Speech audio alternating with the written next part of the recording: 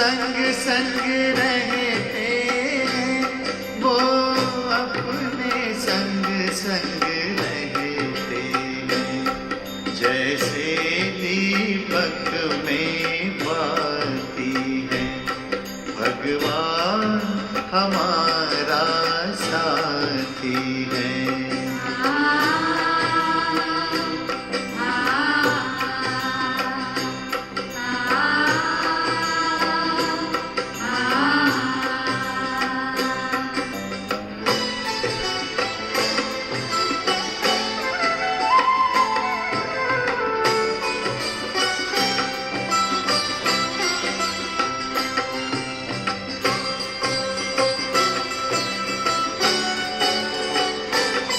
खुलते ही आँख हमें मिलते, हर पल वो साथ मेरे चलते। कितना वो प्यार हमें करते, उनकी पलकों में हम पलते। हम खुश नसीब उनको पाकर, हम खुश नसीब उनको पाकर, जिंदगी हमारी गाती है। भगवान हमारा साथी है।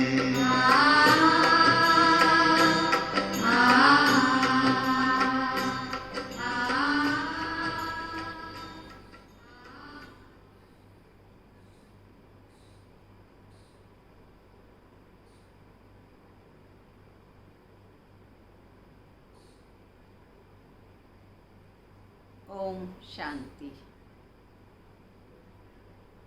आज 17 अगस्त 2020 के बाप दादा के मधुर महावाक्य सुनेंगे। बाबा हम बच्चों को कह रहे हैं, तुम बच्चे हो सर्वोत्तम ब्राह्मण और तुम्हारा कार्य है सबसे ऊंची रूहानी सेवा करना। दुनिया में भी जो ब्राह्मण हैं, सारा समाज उनसे अपेक्षा करता है कि ब्राह्मण समाज के हर दुख सुख के कार्य में सहयोगी बने। अपने शरीर के कार्य, अपने परिवार के कार्य को कम महत्व देते हुए समाज के कार्यों को महत्व दें। ऐसा समाज ब्राह्मण से अपेक्षा करता है।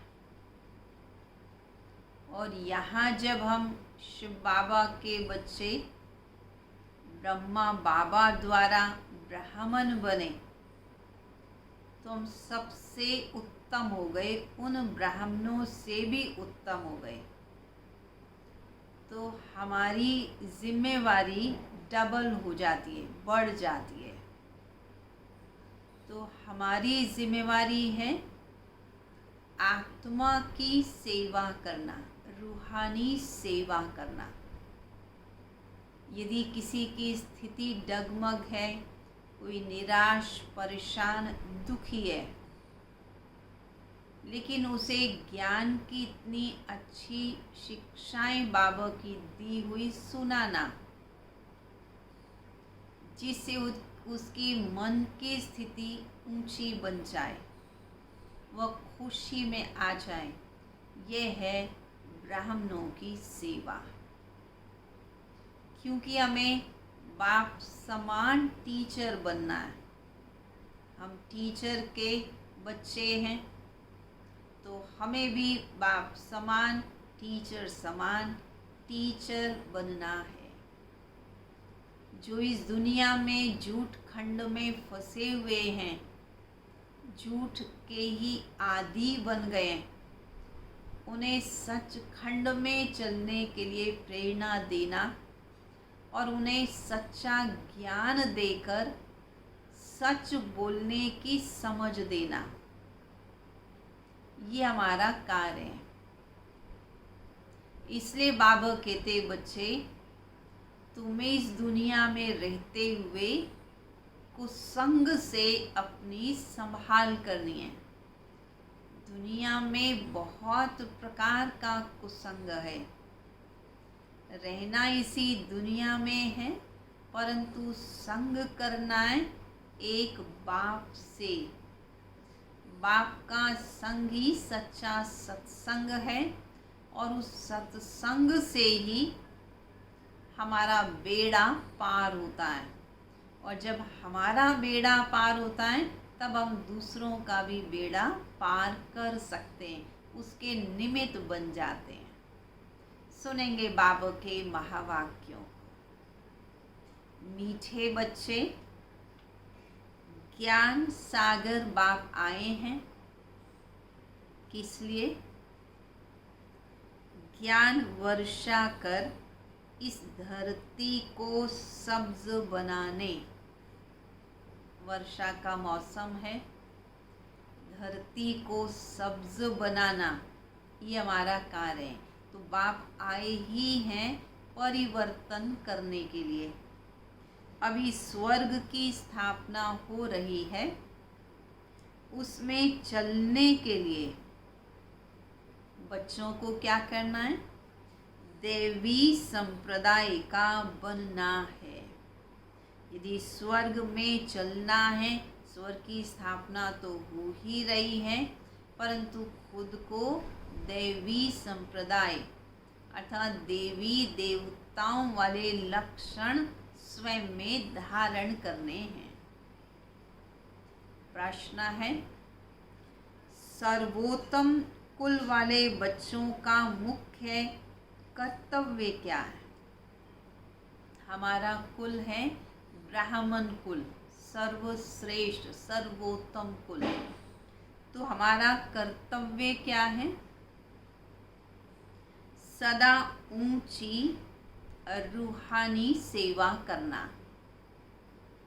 यहाँ बैठे व चलते फिरते खास भारत और आम सारे विश्व को पावन बनाना। श्रीमत पर बाप के मददगार बनना, यही सर्वोत्तम ब्राह्मणों का कर्तव्य है। बाबा के मददगार बने। गीत है, जो पिया के साथ है उसके लिए ज्ञान की बरसात है। ओम शांति। मीठे मीठे रूहानी बच्चों प्रति रूहानी बाप समझा रहे हैं। जो रूहानी बाप के साथ हैं, समझाते किनको हैं? बाबा। जो बाबा के साथ हैं, क्योंकि बाप है ज्ञान का सागर। कौन सा बाप? शिव बाबा। ब्रह्मा बाबा को ज्ञान का सागर नहीं कहेंगे। शिव बाबा जिसको ही परम पिता परमात्मा कहा जाता है, एक है लौकिक जिस्मानी पिता, दूसरा है पारलौकिक रूहानी पिता। एक शरीर का पिता, दूसरा आत्माओं का पिता। ये बड़ी अच्छी रीति समझने की बातें हैं। और ये ज्ञान सुनाने वाला है ज्ञान का सागर शिव बाबा।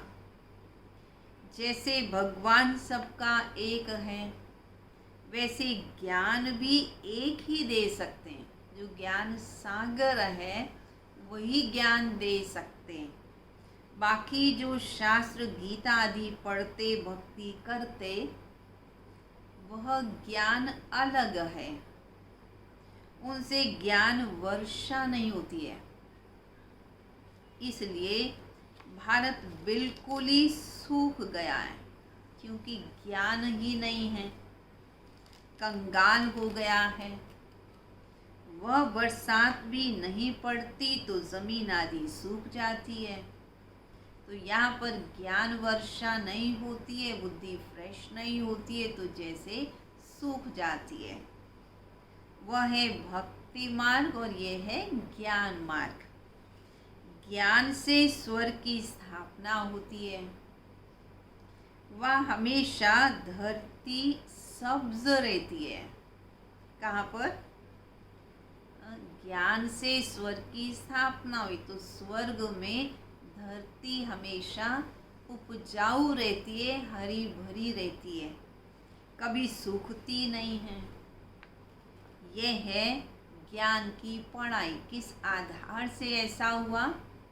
जब यहाँ ज्ञान सुनते हैं और सदा बुद्धि को फ्रेश रखते हैं, भरपूर रखते हैं, ज्ञान रत्नों से ही खेलते हैं, उसी आधार से वहाँ पर धरती भी सदैव फ्रेश रहती है, हरी भरी रहती है। ईश्वर बाप ज्ञान देकर दैवी संप्रदाय बनाते हैं। बाबा ने समझाया है, मैं तुम सभी आत्माओं का बाप हूँ, परंतु मुझे और मेरे कर्तव्य को न जानने के कारण ही मनुष्य इतने पतित, दुखी, निधन के बन गए हैं। आपस में लड़ते रहते हैं। घर में बाप नहीं होता तो बच्चे लड़ते रहते हैं और फिर कहते भी हैं, अगर बच्चों को लड़ता हुआ देखते हैं तो कहते भी हैं, क्या तुम्हारा बाप घर पे नहीं है क्या? इस समय भी सारी दुनिया बाप को जानती नहीं, बाप को पहचानती नहीं, इसीलिए लड़ाई झगड़े बहुत बढ़ रहे हैं। न जानने के कारण इतनी दुर्गति हुई और जानने से फिर सद्गति होती है। सर्व का सद्गति दाता एक है, उनको बाबा कहा जाता है। उनका नाम शिव ही है। पिता है इसलिए बाबा कहा जाता है, नाम तो एक ही शिव है। उनका नाम कभी बदल नहीं सकता। वैसे तो जो लोग संन्यास करते हैं उनका नाम बदल दिया जाता है।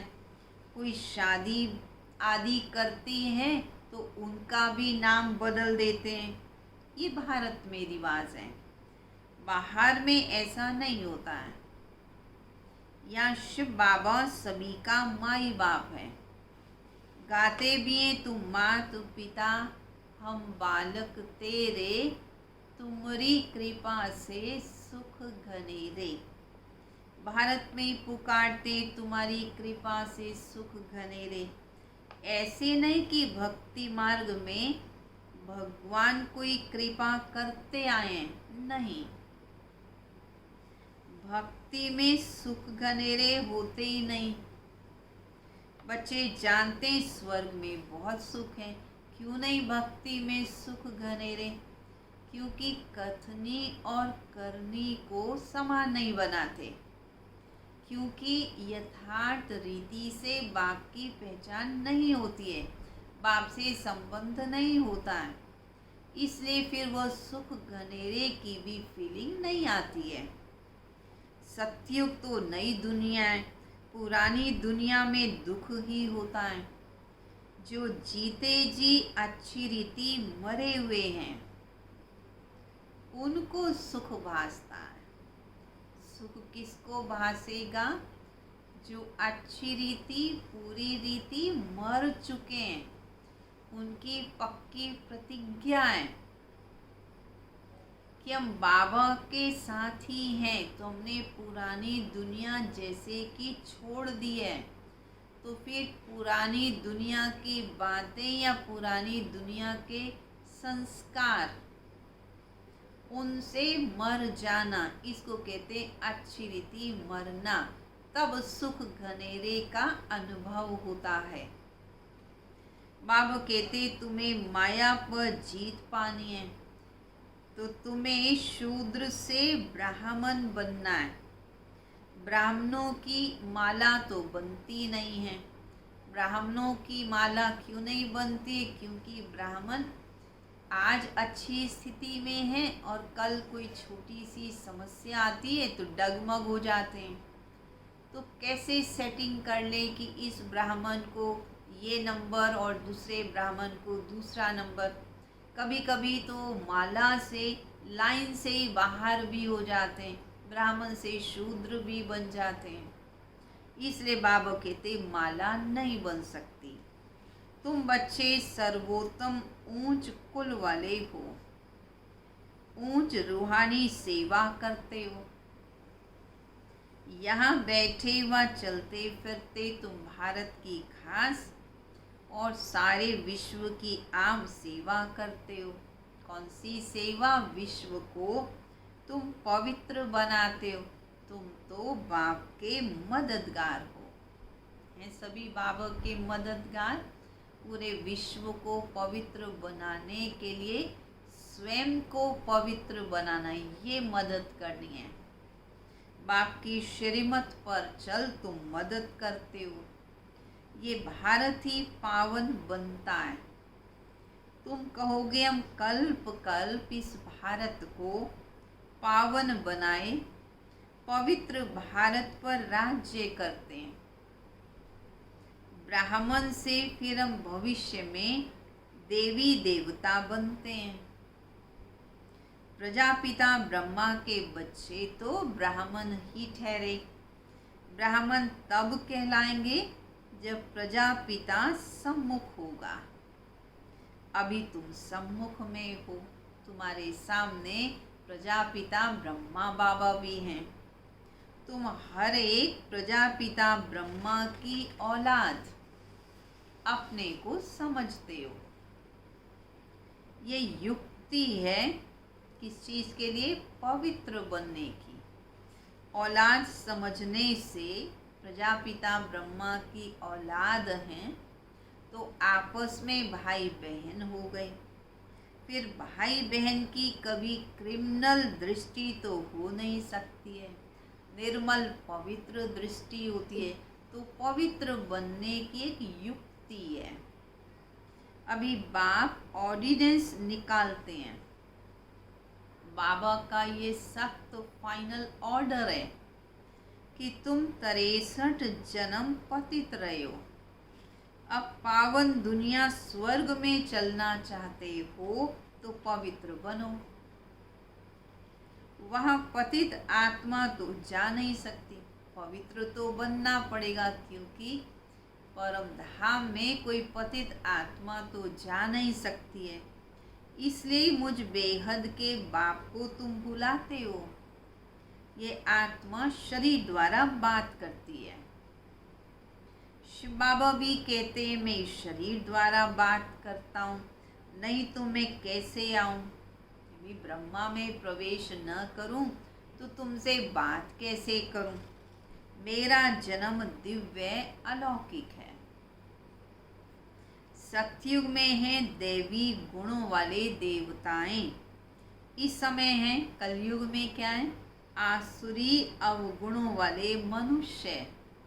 और तुम बच्चे हो संगम युग पर सर्वोत्तम ब्राह्मण। यहाँ के मनुष्यों को देवता तो नहीं कह सकते, फिर भले कोई भी नाम बड़े बड़े रख लें, पर देवता तो है ही नहीं।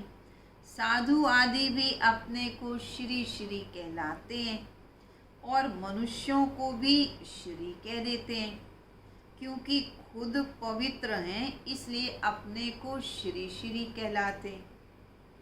बाबा कहते बच्चे वास्तव में श्री श्री तो एक शिव बाबा है।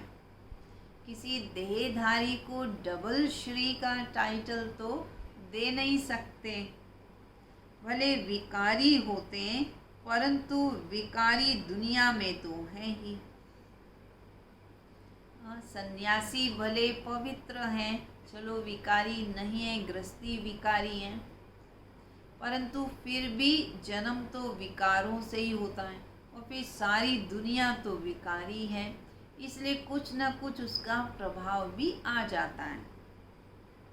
तुम भविष्य में निर्विकारी देवी दुनिया में राज्य करोगे। सतयुग में क्या है? योग बल से संतान उत्पत्ति होती है, वहाँ संपूर्ण पवित्र हैं, इसलिए उनको देवता कहते हैं। होंगे तो वहाँ भी मनुष्य, परंतु दैवी गुणों वाले होंगे। दैवी गुणों में मुख्य गुण है पवित्रता, वो मूल उनका गुण होता है। इस समय मनुष्य आसुरी गुणों वाले पतित हैं। गुरु नानक देव जी ने भी कहा, मूत पलीति कपड़ धोए। गुरु नानक जी ने भी एक शिव बाबा की बाप की ही महिमा की, वाहे गुरु कहा, अकाल मूरत कहा। एक ही परमात्मा जो निराकार है वही सच्चा सतगुरु है, सच्चा पातशाह है। अब बाप आए हैं स्थापना और विनाश करने, और जो भी धर्म स्थापक हैं वह सिर्फ धर्म स्थापन करते हैं और धर्मों का विनाश नहीं करते। अपने धर्म की केवल स्थापना कर देते हैं, बाकी अधर्मों का कोई विनाश वो नहीं करा पाते। उनकी तो वृद्धि होती रहती, उनके अपने धर्म की तो वृद्धि होती है, क्योंकि धर्म पिता के पीछे उनके धर्म की आत्माएं वो आती हैं। अभी बाप वृद्धि को बंद करते हैं, एक धर्म की स्थापना और अनेक धर्मों का विनाश करा देते हैं, क्योंकि अब सारे धर्म आ चुके हैं सृष्टि पर। तो बाबा आते हैं जो मूल धर्म आदि सनातन देवी देवता धर्म है उसकी स्थापना कराने, और बाकी जो धर्म अधर्म का ही रूप ले चुके उन सब का विनाश कराते हैं। ड्रामानुसार ये होना ही है। बाप कहते, मैं आदि सनातन देवी देवता धर्म की स्थापना कराता हूँ, जिसके लिए तुमको पढ़ा रहा हूँ। सतयुग में अनेक धर्म होते ही नहीं, ड्रामा में इन सबके वापिस जाने की नोंद है। इस विनाश को कोई टाल नहीं सकते। विश्व में शांति तब होती है, कब होती है पूरे विश्व में शांति? जब विनाश हो जाता है। इस लड़ाई द्वारा ही स्वर्ग के गेट खुलते हैं। यह भी तुम लिख सकते हो कि महाभारी लड़ाई कल्प पहले भी लगी थी। तुम प्रदर्शनी का उद्घाटन कराते हो तो भी लिखो। बाप परम धाम से आए हैं हेवन का, स्वर्ग का उद्घाटन करने। बाप कहते, मैं हेवनली गॉड फादर हेवन का उद्घाटन करने आया हूँ। स्वर्ग का रचिता जरूर स्वर्ग का ही उद्घाटन करेंगे। तो 1937 में ही स्थापना का कार्य शुरू हो गया। माना उस समय ही सतयुग के लिए तैयारी होना आरंभ हो गई। बच्चों की ही मदद लेता हूँ स्वर्गवासी बनाने के लिए। इतनी सब आत्माओं को पावन नहीं तो कौन बनाएगा? भगवान ही तो बना सकते हैं। ढेर आत्माएं हैं, घर घर में तुम ये समझा सकते हो। भारतवासी तुम सतो प्रधान थे, फिर 84 जन्म लेते लेते तमो प्रधान बन गए हो। अब फिर क्या करना है? अब फिर पुरुषार्थ करो सतो प्रधान बनने का। मन मना भाव, उसके लिए करना क्या है? केवल मन को शिव बाबा की याद में लगाना है, अमन से चैन से रहना है। ऐसे मत कहो कि हम शास्त्रों को नहीं मानते। बोलो, शास्त्रों को और भक्ति मार्ग को तो मानते ही थे, परंतु अभी भक्ति मार्ग की रात पूरी होती है। ज्ञान भी वास्तव में वही समझ सकता है जिसकी भक्ति पूरी हो गई होती है। तो इसलिए हम ये नहीं कहेंगे भक्ति के बारे में पता नहीं, हमने भी बहुत भक्ति की थी, अब हम ज्ञान मार्ग में आए हैं।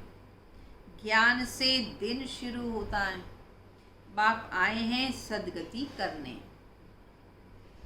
समझाने की बड़ी अच्छी युक्ति चाहिए। कोई अच्छी रीति धारणा करते हैं, कोई थोड़ा कम करते हैं। प्रदर्शनी में भी जो अच्छे अच्छे बच्चे हैं वो अच्छा समझाते हैं। जैसे बाप टीचर है तो बच्चों को भी टीचर बनना पड़े। गाया भी जाता सतगुरु तारे को संग डुबोए। बाप को कहा जाता है सचखंड की स्थापना करने वाला सच्चा बाबा। झूठ खंड स्थापन करने वाला है रावण। अब जबकि सदगति करने वाला मिला है तो हम भक्ति कैसे करेंगे? जबकि सदगति दाता हमारे सम्मुख आ चुके हैं तो फिर बाबा कहते भक्ति की तो कोई बात ही नहीं है। जब कॉलेज में पहुंच गए, स्कूल की पढ़ाई पूरी कर ली तो फिर तो कॉलेज में ही जाएंगे। भक्ति सिखलाने वाले अनेक गुरु, सतगुरु तो एक ही है। कहते भी हैं सतगुरु अकाल मूरत, फिर भी अनेक गुरु बनते हैं। सन्यासी, उदासी, बहुत प्रकार के गुरु लोग होते हैं। सिख लोग खुद ही कहते हैं सतगुरु अकाल मूरत, अर्थात जिसको काल नहीं खाता उसे कहते हैं अकाल मूरत। मनुष्य को तो काल खा जाता है। जिसका भी देह है तो देह का तो निश्चित रूप से विनाश होता ही है। बाप समझाते बच्चे मन मना भाव, उनका फिरे जप साहेब को तो सुख मिले। मुख्य 2 ही अक्षर हैं। बाप कहते मुझे याद करो, उसी को उन्होंने कौन से शब्दों में कह दिया? उन्होंने कह दिया जप साहेब को। साहेब तो एक ही है। गुरु नानक ने भी उनके लिए इशारा किया कि उनको जपो, उनको याद करो। वास्तव में तुमको जपना नहीं है, तुम्हें तो बाबा की पहचान मिल गई तो प्यार से याद करना है। यह है अजप्पा जाप। मुख से कुछ बोलो नहीं, शिव शिव भी कहना नहीं है। तुमको तो जाना है शांति धाम। अब बाप को याद करो। अजप्पा जाप भी एक ही होता जो बाप सिखलाते हैं। वह कितने घंटे बजाते, आवाज करते, फिर महिमा गाते। ऐसी भी महिमा गाते हैं अच्युतम केशवम, लेकिन एक भी अक्षर का अर्थ नहीं समझते। जो जाप करते हैं बहुत सारे अलग अलग शब्दों में जाप करते हैं। कई तो शब्दों को भी ठीक नहीं बोल पाते और कईयों को उन शब्दों का अर्थ भी नहीं पता होता। बाबा कहते सुख देने वाला तो एक मैं ही हूँ, तो मुझे प्यार से याद करो। इतने कठिन शब्द भी क्यों बोलने हैं? बाप हूँ ना मैं तुम्हारा। बाबा तुम बच्चों को जो नॉलेज देते हैं इससे ही तुम्हें सुख मिलता है। तुम बच्चे समझते हो। अब हमारी चढ़ती कला होती है। सीढ़ी में कलाओं को भी दिखाया है कि सतयुग में कितनी कला, 8 कला, फिर त्रेता में 12 कला, ऐसे नंबरवार सब दिखाया। और संगम युग पर क्या होती है? चढ़ती कला। इसलिए कहा जाता है चढ़ती कला तेरे भाणे सर्व का भला। इस संगम युग पर ही होता है। इस समय कोई कला ही नहीं रही, इसलिए कहते मुझ निर्गुण हारे में कोई गुण नाही। एक निर्गुण संस्था भी है, नाम ही रख दिया निर्गुण संस्था। देखिए नाम भी तो मीनिंग वाला होना चाहिए। अब बाप कहते बालक तो महात्मा समान होते हैं, उनमें तो कोई अवगुण नहीं होता। उनका फिर नाम रख दिया निर्गुण बालक। अगर बालक में गुण नहीं तो फिर बाप में भी नहीं है, सब में फिर अवगुण है। गुणवान सिर्फ देवताएं बनते हैं। और नंबर 1 अवगुण कौन सा? वह है जो बाप को नहीं जानते। बाप को न जानना ये है बेसमझिए सबसे बड़ा अवगुण, कमजोरी। दूसरा अवगुण है जो विषय सागर में गोता खाते हैं। बाप कहते आधा कल्प तुमने गोता खाया, अब मैं ज्ञान सागर तुमको क्षीर सागर में ले जाता हूँ। मैं तो क्षीर सागर में जाने के लिए तुमको शिक्षा देता हूँ। मैं इनके बाजू में आकर बैठता हूँ। शिव बाबा के बिल्कुल, बाबा कहते, शिव बाबा कहते मैं इस ब्रह्मा के बिल्कुल नज़दीक में, जहाँ ब्रह्मा की आत्मा ब्रिकुटी में बैठी है वहीं पास में आकर बैठ जाता हूँ, बाजू में बैठता हूँ जहाँ आत्मा रहती है। बाकी मैं तो स्वतंत्र हूँ। भी ब्रह्मा की आत्मा तो बार बार उस शरीर में से निकल नहीं सकती, लेकिन शिव बाबा तो स्वतंत्र है, जब चाहे प्रवेश करें और जब चाहे चले जाएं परम धाम। मैं तो कहीं भी आ जा सकता हूँ। तुम पितरों को खिलाते हो तो आत्मा को खिलाते हो ना, जबकि वह शरीर जिसको याद कर रहे हो वह तो खत्म हो चुका होता है। उनको देख भी नहीं सकते, समझते हो फलाने की आत्मा का श्राद्ध है। आत्मा को बुलाया जाता है। ये भी ड्रामा में पार्ट है। कभी आती है आत्मा ब्राह्मण के तन में, कभी नहीं भी आती है। कोई कुछ बताते भी हैं, कोई कुछ नहीं भी बताते। ये भी आत्मा को बुलाया जाता है। ये भी ड्रामा के अंदर एक पार्ट है। कई बार तो आत्मा आकर बोलती भी है, परंतु ऐसे नहीं बताती कभी भी कि मैंने इस जगह पर या इस घर में जाकर मैंने जन्म लिया, ये नहीं बताती है। सिर्फ इतना कहेगी हम सुखी हैं या दुखी हैं, अच्छे घर में जन्म लिया है। अच्छे ज्ञान वाले बच्चे ज़रूर अच्छे घर में ही जन्म लेंगे, क्योंकि संस्कारों अनुसार घर और परिवार मिलता है। तो ज्ञान सुनने समझने से जो संस्कारों में श्रेष्ठता लाई, इसलिए शरीर छोड़ने के बाद जब पुनर्जन्म होता है वो भी अच्छे घर में होता है। कम ज्ञान वाले कम पद पाएंगे, बाकी सुख तो सबको मिलता है। बाबा कहते बच्चे राजा बनना अच्छा है या दास दासी बनना अच्छा, बताओ। अच्छा तो राजा बनना ही है। राजा बनना है तो क्या करो? तो इस पढ़ाई में लग जाओ। दुनिया तो बहुत गंदी है। दुनिया के संग को कहेंगे कुसंग। एक सत्य का संगी पार करता है, बाकी सब डुबोते हैं। बाप तो सबकी जन्म पत्री जानते हैं। ये पाप की दुनिया है। तब तो पुकारते हैं कि कहीं और ले चलो। अब बाप कहते मीठे मीठे बच्चों, मेरा बनकर फिर मेरी मत पर चलो। ये बहुत गंदी दुनिया है, यहाँ बहुत करप्शन है। लाखों करोड़ों रुपए की ठगी हो जाती है। अब बाप आए हैं बच्चों को स्वर्ग का मालिक बनाने। अथाह खुशी बच्चों को होनी चाहिए। वास्तव में ये जो तुम पढ़ाई पढ़ रहे हो, ये है सच्ची गीता। फिर ये ज्ञान प्रायलोक हो जाएगा।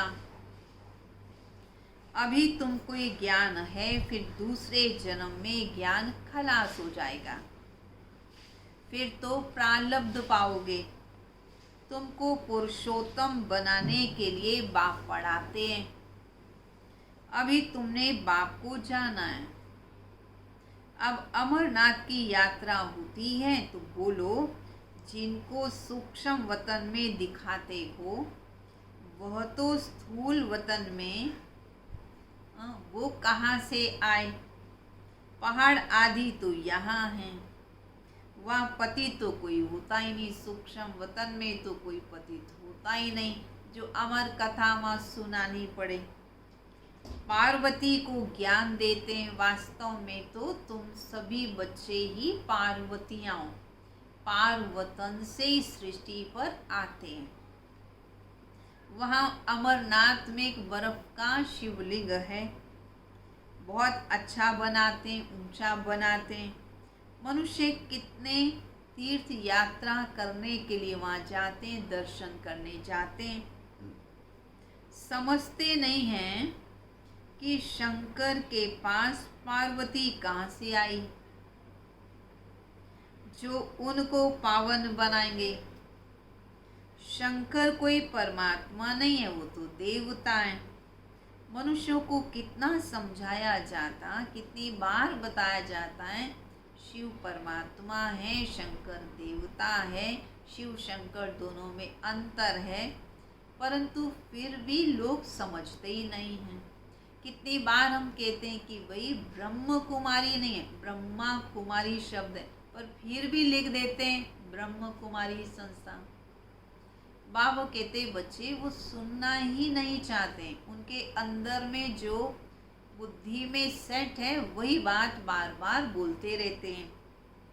फिर भी तुम्हें पुरुषार्थ करना है, तुम्हें खुद भी पारस बुद्धि बनना है, दूसरों को भी पारस बुद्धि बनाने का पुरुषार्थ करना है। प्रदर्शनी में कितने आते हैं, कहेंगे नॉलेज तो बहुत अच्छी है, सबको लेनी चाहिए। अरे पहले तुम तो लो, दूसरों की बात करते हो। किसी को कहा जाए, किसी पति को कहा जाए तुम सुनो, कहेंगे मेरी पत्नी को सुनाओ, वो बड़ी गुस्से में रहती है। और पत्नी को बोलो कि भाई तुम सुन लो ज्ञान, ये मेरे पति को सुनाओ, वो बड़े रौब मारते रहते हैं। माना ज्ञान की आवश्यकता तो हर एक को है, पर हर एक ने क्या सोचना है, मुझे सुनना है, मुझे समझना है, मुझे बदलना है। और अगर दूसरे को कहेंगे तो कहेंगे फुर्सत नहीं। प्रदर्शनी में ये भी लिखना चाहिए कि इस लड़ाई से पहले बाप स्वर्ग का उद्घाटन कर रहे हैं, विनाश के बाद स्वर्ग के द्वार खुल जाएंगे। बाबा ने कहा था हर एक चित्र पर लिखो, हर चित्र पर लिखो पारलौकिक परमपिता परमात्मा त्रिमूर्ति शिव भगवानो वाच्य। त्रिमूर्ति न लिखने से कहेंगे शिव तो निराकार है, वो कैसे ज्ञान देंगे। समझाया जाता यही पहले गोरा था, कृष्ण था, फिर अब सांवरा मनुष्य बना है। अब तुमको मनुष्य से देवता बनना है। फिर हिस्ट्री रिपीट होती है, गायन भी है, मानुष से देवता किए करत ना लागी वार। मनुष्य से देवता बनाने में भगवान को कोई टाइम नहीं लगता है। फिर सीढ़ी उतर मनुष्य बन जाते हैं, फिर बाप आकर देवता बनाते हैं। बाप कहते मुझे आना पड़ता है, कल्प कल्प कल्प के संगम युगे आता हूँ। युगे युगे कहना रॉन्ग है, मैं संगम युग पर आकर तुमको पुण्य आत्मा बनाता हूँ। फिर रावण तुमको पाप आत्मा बनाते। बाप ही पुरानी दुनिया को नई दुनिया बनाते हैं। ये सब समझने की बातें हैं, इसलिए समझाने के लिए ऑनलाइन से तो सुन ही रहे हैं, परंतु अभी बाबा के महावाक्यों को सम्मुख क्लासरूम में बैठ कर के ही सुने। आज से उसकी अनुमति मिल गई है, तो कोई भी भाई बहने मॉर्निंग में 6:30 से 8 बजे या सवेरे ही 10:30 से 12 बजे 2 टाइम क्लासेस के रखे हैं। आज से ही प्रारंभ हो रहा है, कोई भी क्लास करने के लिए आ सकता है। अभी हम सुनेंगे मीठे मीठे सिक्किलदे बच्चों प्रति। माता पिता बाप दादा का याद प्यार और गुड मॉर्निंग। रूहानी बाप की रूहानी बच्चों को नमस्ते। रूहानी बच्चों की रूहानी बाप दादा को नमस्ते नमस्ते नमस्ते। धारणा के लिए मुख्य सार। बाप के समान टीचर बनना है। बड़ी युक्ति से सबको इस झूठ खंड से निकाल सच खंड में चलने के लायक बनाना है।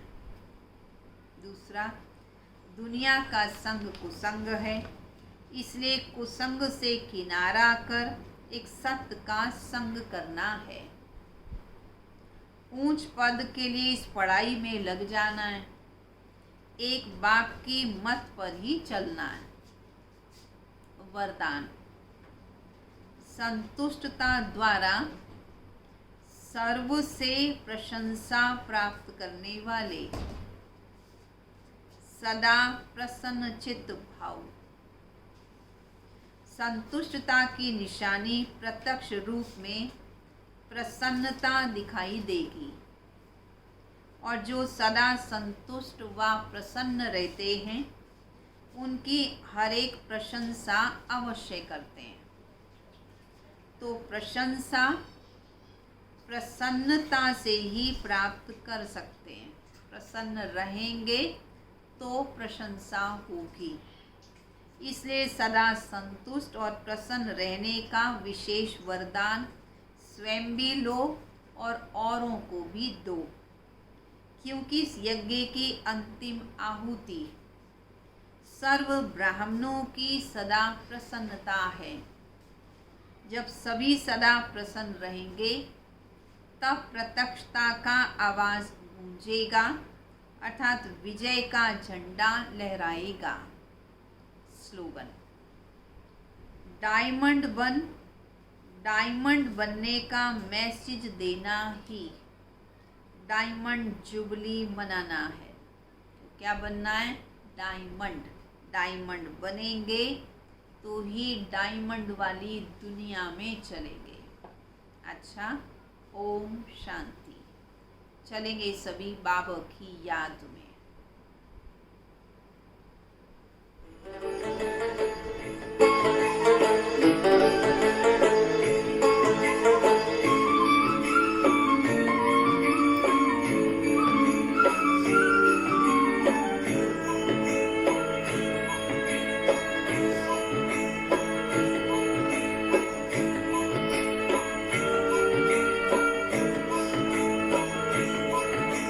चलो मुसाफिर अपने घर, अब तो पूरा हुआ सफर। चलो मुसाफिर अपने घर, अब तो पूरा हुआ सफर। बुला रहा है वतन तुम्हारा, अब करो उधर। अब तो पूरा हुआ सफर। चलो मुसाफिर अपने घर, अब तो पूरा हुआ सफर।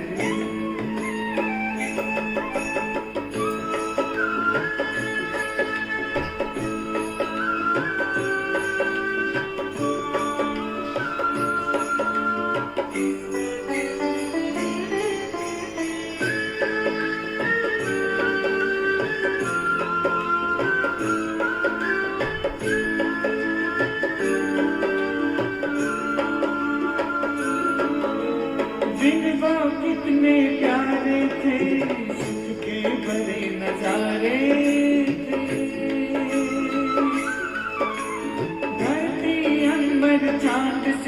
जाने सारे हुए हमारे थे। कब आएंगे दिन फिर कर, याद आते हैं रह रह कर। अब तो पूरा हुआ सफर, चलो मुसाफिर अब